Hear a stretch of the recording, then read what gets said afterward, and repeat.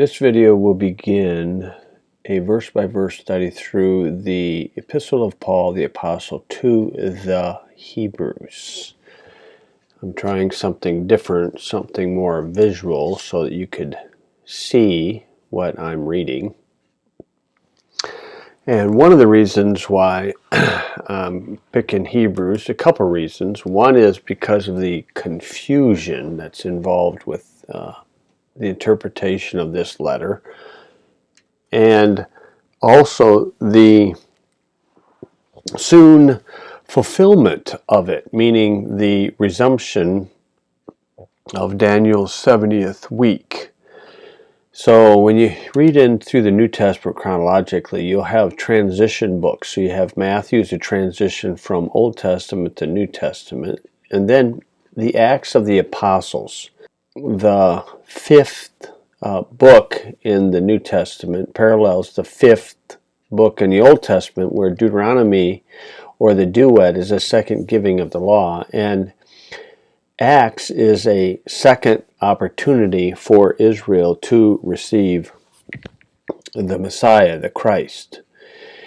And so Acts, you'll see that it says the Acts of the Apostles, not the Acts of Christians. So it is a transition book, depending upon what Israel will do with the Messiah, with Jesus Christ, as a body of people. And of course, we have hindsight knowing that they did reject him. So Acts will become a transition book from Israel to the church.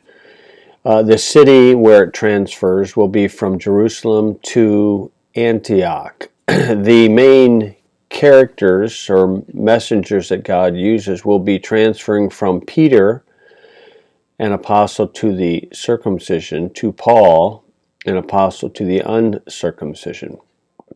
So it will be transferring from Judaism to biblical Christianity. So that's what Acts is about. Then you have Paul and his letters coming through, and then after Paul's letters you have one called Hebrews. So it's a reversal of Acts because the Lord still has unfinished business with the Hebrews. So Matthew, Acts, and Hebrews are very difficult books, or looking at doctrinally, very dangerous to hang your hat in these books, Matthew, Acts, and Hebrews, doctrinally for the born-again believer. Now, evidence of the confusion, okay, where here I've got several commentators on Hebrews, and I'll show you the evidence of the confusion. So this one is Scofield Reference Notes, Hebrews 1, Old Scofield, and he writes the Jewish Christian epistles followed by an introduction to Hebrews. So the he would say the Jewish Christian epistles would be these: Hebrews, James, 1st, 2nd Peter, and Jude. I don't know why he doesn't include John, but there it is. Okay, so he says we have a group of inspired writings differing in important respects from Paul's epistles. So he recognizes that, and that's a good recognition. Then he says, but this difference is in no sense one of conflict. Well, yeah, it sort of is. All present the same Christ. Okay, that's true. The same salvation. Not so certain about that. The same morality. Not so certain about that. Okay, but the difference is one of extension of development. The Jewish Christian writings deal with the elementary and foundational things of the gospel. Well, no, it doesn't. That will offer a preconceived idea. When you read commentaries, they may provide a preconceived idea. Now, I'm not going to rail on these men, call them a bunch of names, a bunch of apostates, even though some of them are, or were, trying to boost my ego or feeling superiority over it. The flesh seems sort of kind of like to do that. But even at that, I know the Lord did refer to the Pharisees as hypocrites, and on occasion he referred to people that way. But The problem with that method is that the party that you're nailing, shall we say, usually will remain closed-minded from now on. And besides, you want to present the truth, or what you believe is the truth, according to 2 Timothy 2:24-26, where we're trying to recover somebody from the snare of the devil. So there's Schofield. This one here, Eliot's Commentary for English Readers. And then he says the fine arrangement of the words in the Authorized Version fails. Then why did he say fine arrangement? It fails. He says it must be confessed to convey the emphasis which is designed in the original. Well, I know that when Mr. Eliot wrote that, he didn't have the original. He has never seen the original. That is strictly an opinion of what he thinks the original might say. But still, the idea there is that is not real helpful. In this one, the pulpit commentary, this is usually a large volume of commentaries. And it writes, verse 1, retaining the order of the words in the original, we may translate. So then they change what the Authorized Version has. But again, this is a usual phrase that is mentioned by these men. Do they think about that? They don't have the original. None of them do. Are they definitely are promoting a lie or a falsehood, but does that individual in their conscience recognize that they are lying or promoting a falsehood? But still at that, you can see the confusion, okay, in Bingle's, whatever that word is, of the New Testament, Epistle to the Hebrews.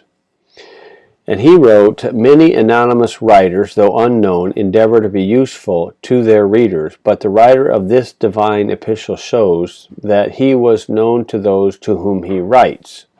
And he quotes that. I don't know where he comes up with that idea, but there we have it. And then he writes down in here, he said, the other epistles of Paul were sent to the Gentile converts. Okay, yeah, true. This one alone to the Hebrews, although he himself does not call them Hebrews, and in the title. Okay, well, in the title, but you can read the text and see he's definitely addressed to Hebrews. Then it says, no doubt old, okay, whatever, but not prefixed by the hand of Paul. That's his opinion. They are with less propriety called Hebrews instead of Judaico-Hellenistic Christians, to whom we have observed below that he wrote. So this is a common thread that we see in here of the confusion that Hebrews, or the explanation of Hebrews, offers to people. The Wycliffe Bible Commentary. Well, this is what's deceptive about the Wycliffe Bible Commentary, is that it wasn't produced by Mr. Wycliffe. Someone decided to take this title, the Wycliffe Bible Commentary, even though Wycliffe had been dead for centuries. Evidently, they could not have called it, the commentary by 50-some people to sell it. So the idea of putting Wycliffe on the title, I would say, is deceptive. Okay, and it says, is an entirely new commentary on the whole Bible, written and edited by a number of scholars, there we go, scholars, representing a wide cross-section of American Protestant Christianity. Now, this was published by Moody Bible in 1962, so the new Bibles had not really gotten infiltrated into the churches at that time. The NIV hadn't been invented yet, and the ESV and the New King James. So these scholars were raised under the influence of the King James Bible. But they're going to change it. Here it says, although the biblical text used in the preparation of this commentary is that of the King James Version, several of the writers made their own translations. Okay, fine. That's fine and dandy. That's a choice you can make on that. Okay, the next one is this, the Epistle to Hebrews. So fortunately, I only paid 50 cents for this commentary. But here we have the student of this epistle must understand its uniqueness. Now, that is a true statement. It is unique. Hebrews is unique. And then he writes, it is like no other New Testament epistle. Okay, yeah, I can agree with that. And it poses problems that are peculiar to itself. Okay, that's what brings in the confusion. Okay, its history has been one of controversy. Yeah, that's right. A lot of people are confused with Hebrews. Arminians try to force it into their system. Calvinists try to change words. Fundamental Baptists change words, try to force it into the fundamentalist system. So everybody's got a problem, it seems, with Hebrews. It said it has been ignored, challenged as to its authority, questioned as to canonicity, and studied relentlessly to determine its authorship. So there we go. Again, more confusion. It says here, it has been said that the epistle to the Hebrews is least known of all New Testament epistles. Well, I'm not sure about that, but I'm certain that it is one of the most confusing. Now this statement, you see, when you read down through this, when you're discerning these statements, you might have something true here, something false here, something true, false. Here it says the inseparable tie of close reasoning from the Levitical system links the Pentateuch to the Hebrews letter. Now that is a true statement. Okay, and so that's certainly true, that reveals that Hebrews is tied into the Levitical system because it's written to the Hebrews. Now here's his opinion. The object of such contrast was to show the inferiority of Judaism and the superiority of Christ. Well, I would say the object is different. Okay, but that's what that gentleman thinks. Okay, in this one, it says, as for destination, okay, he's trying to figure out who this was sent to. And they give you three theories: Jewish Christians, Jewish Christians, Jewish Christians. Even though the word Christian isn't found in the letter anywhere. And then he says this, one thing is clear, those to whom this epistle was written were Hebrews. Okay, yeah, by national identity, and Christians by profession. Maybe at that time that was true, but there's a doctrinal focus that I'm going to bring out in this study. In this page, the Pauline authorship argument rests strongly upon the last chapter, 13, of the epistle. Okay, so that one they pretty much can agree with, but they're unsure of the first 12 chapters. And then this last one in this commentary, the Wycliffe commentary, which wasn't done by Mr. Wycliffe, says the ethical teaching of Hebrews is of the highest standard and fully Christian. Well, no, it's not. It is not fully Christian. It does have standards of the law, but it has nothing to do with biblical Christianity per se, because it's written to the Hebrews. God has unfinished business with Israel, and he intends to complete it. Okay, so here's the approach I'm going to take on this. I'm going to believe the evidence in front of me. Okay, the evidence in front of me says the Epistle of Paul the Apostle to the Hebrews. It doesn't say Jewish Christians. It doesn't say Christians. To the Hebrews. So it appears to me that God, because of Paul's great burden for the Jew, even though his calling was to the Gentiles, his overwhelming burden to reach his people, his nationality, the Lord allowed him to write this treatise, but as a doctrinal, it is primarily a doctrinal dissertation to the Hebrews of the last days. Okay, so that's primarily what this is about. I'm going to look at the evidence in front of me is what I'm looking at. Okay, here a person might say, well, the titles of the book are not inspired. Well, I do believe that God guided every detail of his book. And I'll give you some evidence of this, including the title and chapter and verse markings. Okay, so in Isaiah 34:16, it mentions, "Seek ye out the book of the Lord and read."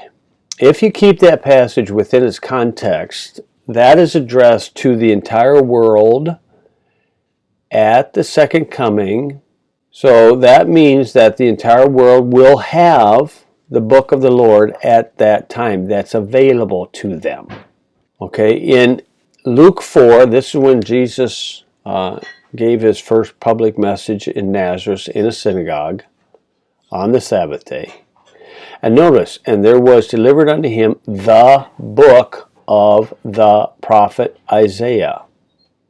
Exactly as written in the Old Testament, with the difference of the spelling of Isaiah, obviously. But there's the title. If you go back to Isaiah, you'll see the book of the prophet Isaiah. So it's in the text. In Luke chapter 20, and let's see, I got to scroll down to 42 in this one. And so what we're looking at is the title of a book or an epistle in the text. Okay, Luke 20, verse 40. "And David himself saith in the book of Psalms."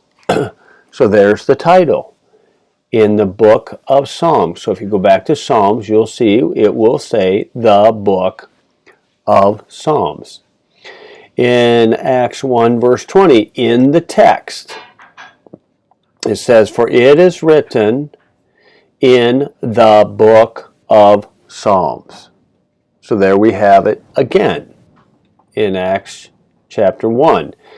In Acts 13, this program that I'm using is called King James Pure Bible Search.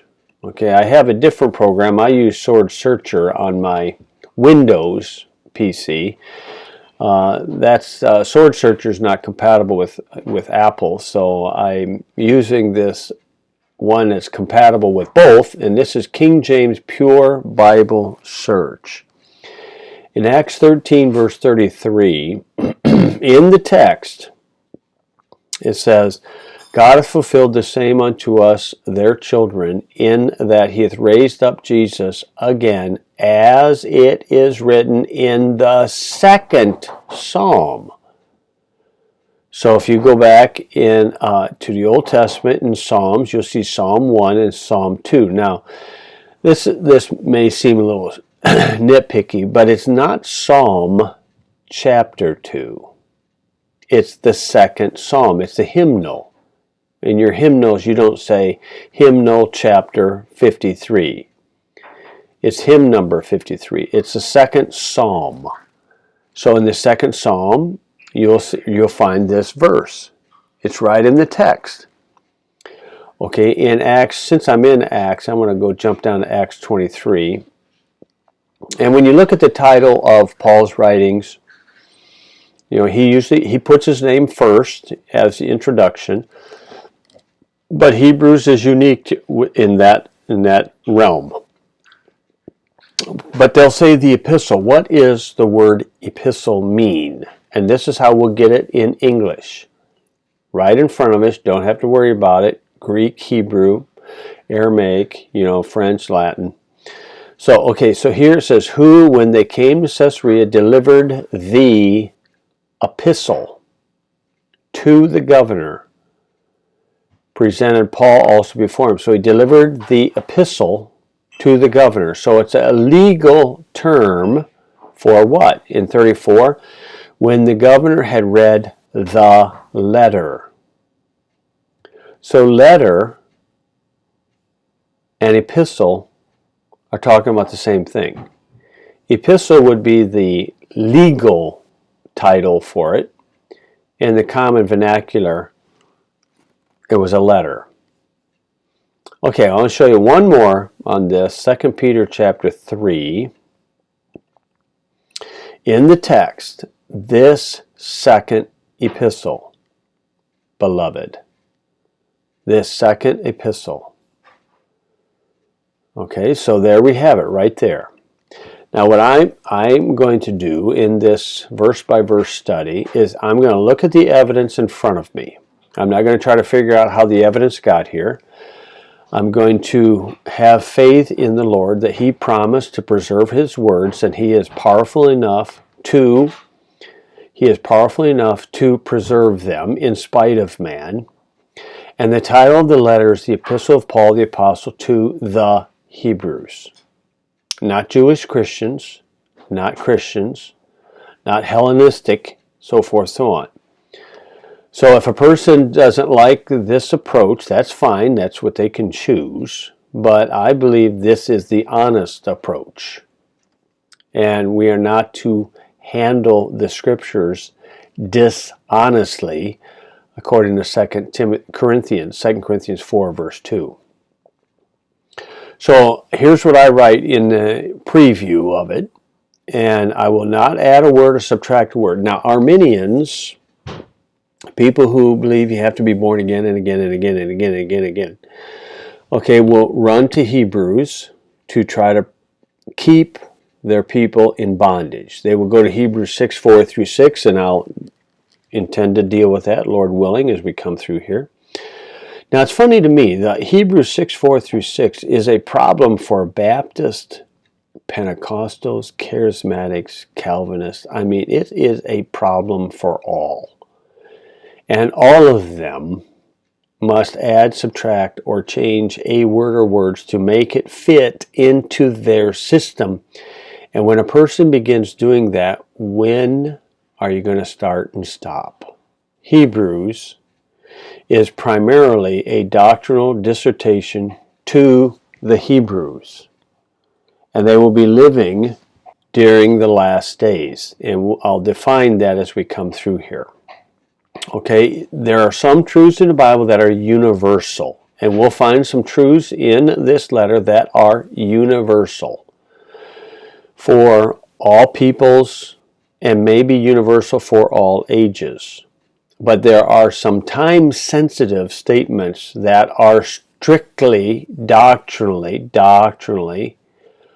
to the Hebrews. And that's if we're going to be honest. Okay, this epistle, the epistle serves as an amendment to the Mosaic covenant. Okay, and additional thoughts. You see, the Mosaic covenant and Daniel's 70 weeks all operated under the Mosaic covenant prior to Calvary. And so the 70th week is now going to operate after Calvary. So we have to make some adjustments. Instead of trusting in a four-legged lamb, the person is made righteous by belief in the two-legged Lamb of God. That's what makes this a better covenant. It's a better covenant. Okay, and that's the wording that's found all through the Old Testament. Testament is not used in the Bible until Matthew 26. Now, it's interesting, okay, that the word better occurs 13 times in 12 verses of the 13 chapters in 3 verses. So it's once per chapter on the average. Obviously, the Jewish Messiah, Jesus Christ at Calvary, is better than it's better than the Old Testament lambs. In Hebrews chapter 8, but now hath he obtained a more excellent ministry by how much also he is a mediator of a better covenant. which was established upon better promises. And then this verse right here you'll find in Jeremiah under the Old Testament. So this is what it does. As the book of Acts transferred from the Jews to Christians, so the Epistle of Hebrews transfers back to the Jews to finish the unfinished business of Daniel's 70th week. Now there's hints all through the text as we read it, and we will see that the title of the epistle clearly distinguishes the addressees as the Hebrews of the religion of Judaism. Okay, and then these verses reveal that a Hebrew is a Jew is a Hebrew, an Israelite is a Jew. So these words, Hebrew, a Jew, and Israel, all are synonymous. Throughout the letter, the plural pronouns, the us, the we, and the our, clearly refer to the same recipients of the national prayer for Israel in Matthew 6:9, which some commonly call the Lord's Prayer. It's a national Jewish prayer. And then there are Jewish signs evident, mentioned there in chapter 2, verse 3 and 4. The time period of this is called the last days. Now, I've gone through this in previous videos, but I'll do it again since we're going through Hebrews. The last days, he hath in these last days. So he takes the writer, Paul, pushes him into the future like he did John for Revelation, and pulled him into the last days.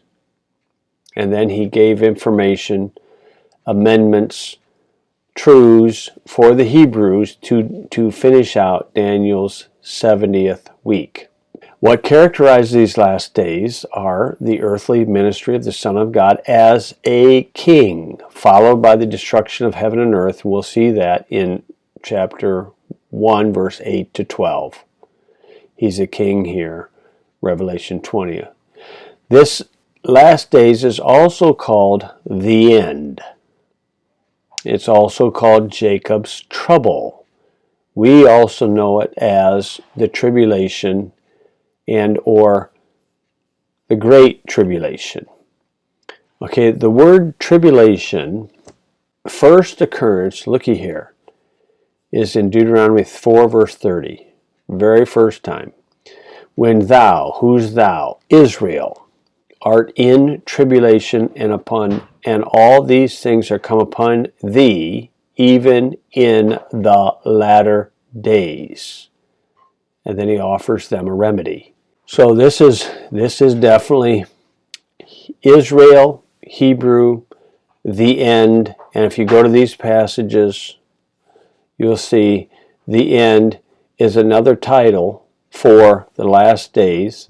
But specifically, this will be the end of Daniel's 70th week.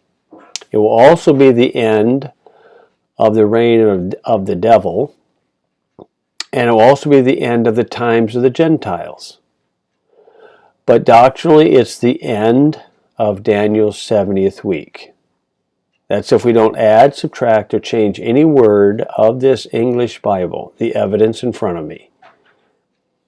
Now, a person can have devotional instructions throughout the letter. Okay? You can get that. But the epistle primarily discloses doctrinal truths for the Jews during the last time. If we look up the word assembly, okay, there it is in Genesis. So their assembly, Genesis 49, and that's Genesis 49:1 mentions the last days. And this will be the Jewish assembly. Then we'll see it again, the Jewish assembly here. Jewish assembly. Leviticus, Jewish assembly. Leviticus again, Jewish assembly, whole assembly, and it's all through here. Okay, then if we run through this, through chronology, notice the word assembly isn't used by Paul to the church.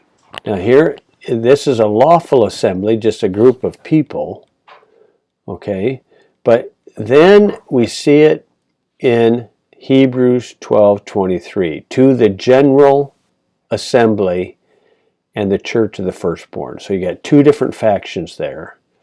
General, very significant. And then James 2, the assembly. Okay, then you'll see after Hebrews, James, 1st, 2nd Peter, 1st, 2nd, 3rd John, and Jude. Not 2nd and 3rd John, but first James and first both the epistles by Peter will include the word general.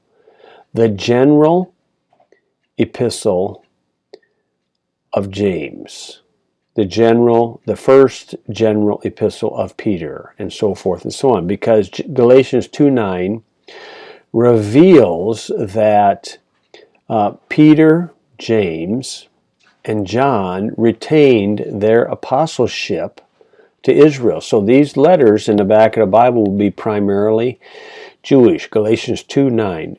And when James, Cephas, 1st, 2nd Peter, and John, 1st, 2nd, 3rd John, so this would be the Apostle James, the Apostle Peter, the Apostle John, and then the fourth would be the Apostle Jude. And notice, who seemed to be pillars, perceived the grace that was given on me, they gave to me and Barnabas right hands of fellowship, that we should go unto the heathen, and they unto the circumcision. So they have stayed in that apostleship. Now, most of them will agree, according to chapter 13, that Paul was the author of the letter. They'll at least give him chapter 13. But you know, the authorship is not as vital as the inspiration and preservation by the Holy Ghost, but it still is helpful. And I would say, this is my thought, it appears the Lord allowed Paul to author a letter to the people of his great burden. And there's the passage of his burden.